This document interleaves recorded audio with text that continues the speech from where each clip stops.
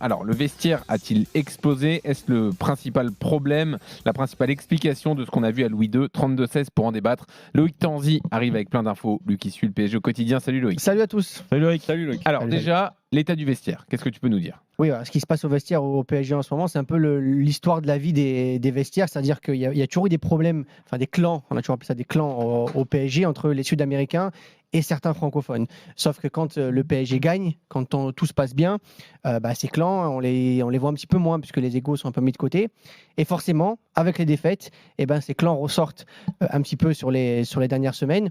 Loïc, je te coupe, vas-y. juste des clans, c'est pas dans tous les groupes, hein. Heureusement encore. Au PSG, ça fait longtemps qu'il y a. Ah ouais, non, mais tu me parles dans te tous parle les du clubs, PSG. tous les C'est vestiaires. pas la vie d'un vestiaire, que forcément, quand tu perds, la vie d'un vestiaire est un peu. un peu plus Ouais, mais difficile. vaut mieux pas qu'il y ait de clans. En général, c'est comme ça que tu arrives à gérer les crises. Au PSG, ça fait plusieurs saisons déjà qu'il y a les Sud-Américains Au d'un PSG, on est côté d'accord. et certains. Donc c'est que c'est pas bon. C'est pas bon. Mm. Donc ça ressort ces derniers temps. Il y a toujours les mêmes reproches qui sont faits, c'est-à-dire les francophones qui disent sur les Sud-Américains qu'il y a des passes droits, trop de laisser-aller, un manque d'implication, et les Sud-Américains qui disent ils devraient plutôt se regarder devant une glace et arrêter de constamment râler sur les Sud-Américains parce que les francophones ne sont pas beaucoup mieux.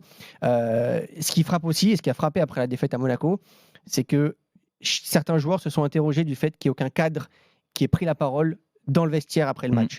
Certains ont même dit qu'ils ne comprenaient pas pourquoi certains joueurs prenaient la parole dans les médias après le match, Marquinhos par exemple, Kylian Mbappé, et pas dans le vestiaire. Dans le vestiaire, personne n'a pris la parole, personne n'a pris la parole dans l'avion pour revenir de Monaco. Donc ça crée des tensions en ce moment dans le vestiaire, et tout ça, Mauricio Pochettino va devoir le gérer dans les prochaines semaines, et la direction qui devra prendre aussi des décisions par rapport un peu à ce qui se passe en ce moment dans le vestiaire.